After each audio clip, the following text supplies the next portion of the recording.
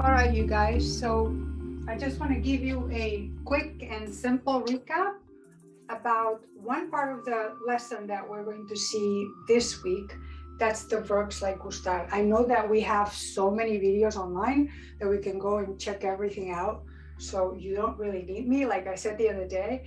But I would like to point out, especially some of the things that throughout my whole career, I see that the students kind of stumble upon, or they have more difficulty maybe understanding. So that's what I'm going to do today. Just give you a little bit of the tidbits here and there that I've seen so far. Okay. So I call it the construction of gustar because so far, as you know, for years and years now, we've been telling you, okay, so we have yo, tú, él, nosotros, vosotros, and ellos. And then you're going to conjugate all of these guys and you're going to put all of these conjugations after the yo. For example, yo hablo, tú hablas, él habla. And then you're going to have the o, as, a, amos, ais, and. And now, when we do the gustar, we're going to switch it around, and that gusta, importa, fascina, etc. is going to have those two endings, and I'm going to tell you really quickly why. Okay? Okay. So think of the sentence in English, Spanish fascinates me. Okay? So when you're saying that something fascinates you, fascinates him, fascinates her, I like this verb because it really works very well with comparison in Spanish. The other one that works really well is also to interest. When something interests you, interest him, right?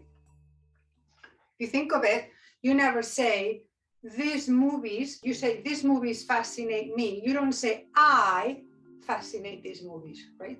So this is what's happening now.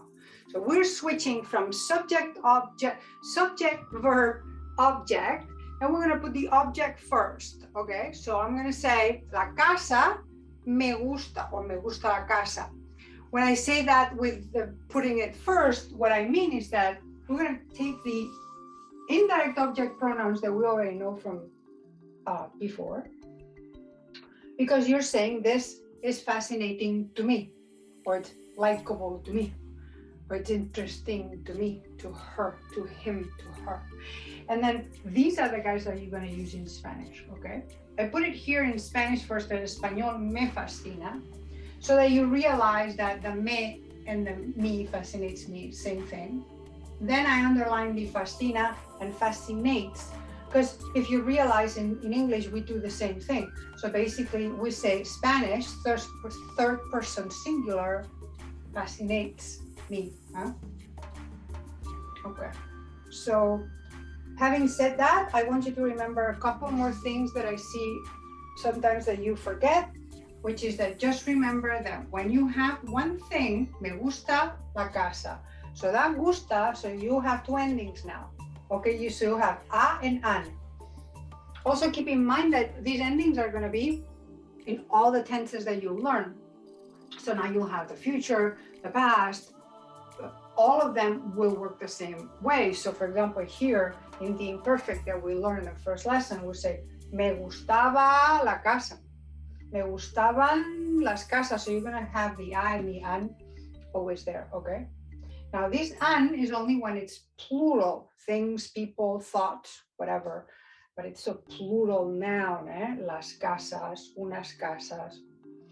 And then when you have a verbs, let's say here, you like to cook, cocinar, you're going to say, me fascina cocinar. First, the verb will go in the infinitive. And second, if you have more than one verb, so you're saying, me gusta cocinar, bailar, y cantar, you like 3 things or 20 things, it doesn't matter, you're going to put them all in the infinitive, and you're going to put it in singular. Me gusta cantar, cocinar, y bailar. Yeah? And always in the infinitive, because it's an action. And last but not least, I put there for you when you like something very much, just to give you an example of an adverb. So you're going to put mucho there. That mucho is an adverb, so it doesn't change in gender, okay, or number. So me gustan mucho las flores. Flowers, let's say you like flowers, huh? So I should put that gustan, or that actually goes with las flores, eh? The flower. So me gusta mucho las flores. What I put it there and why I put it there also when you like ice cream. Who doesn't like ice cream, right? Me gusta mucho el helado is because I want you to know where the adverb goes when you're making sentences in the future, right? And I drew a little ice cream here for you, you know, and you can see I like drawing. So that's really it. One more thing though, now that I remember. Before you say, for example, me gusta la casa, you can add, don't forget, a mí, a ti, a él, a ella, a nosotros, a vosotros, and a ellos. Does it have to be there? No. We're kind of repetitive, right? A mí me gusta la casa. The only reason why we put those there, and they're optional, is to sort of like reiterate who you're talking about, especially with the le and the les. With the le and the les, as you know, you could be talking about a ella, a él, a usted. So you don't know who you're talking about when you're saying le. So in context, when you have a conversation or you're writing, you want to say, le gusta mucho la casa. Who likes? ¿A quién? Don't forget the a. ¿A quién le gusta la casa? O a él le gusta la casa. A él, a ella, a usted. So that a él, a ella, and don't forget the a. Because don't forget that we're talking now about these guys here. And these guys here are to whom, okay? ¿A quién? So you have to add the a. If you don't say the a, it sounds wrong and it sounds funny to us, huh? So, ¿a ustedes les gusta la casa? ¿A ustedes? So you are reiterating, ¿a quién? Oh, a ustedes, okay? Yes, we repeat, a ustedes les, okay? But I put it in parentheses so that you remember that it's optional. It's not, you don't have to put it there, huh? But these two guys are doing together. That's why I put the mucho there, because I don't want you to put no or adverbs or whatever's in the middle of these guys, okay? So these guys, so me gusta, you cannot put anything in the middle, huh? Because I know in Spanish we can put adverbs and adjectives and other things in many more places than in English, but there's certain constructions that you can't divide in the middle, okay?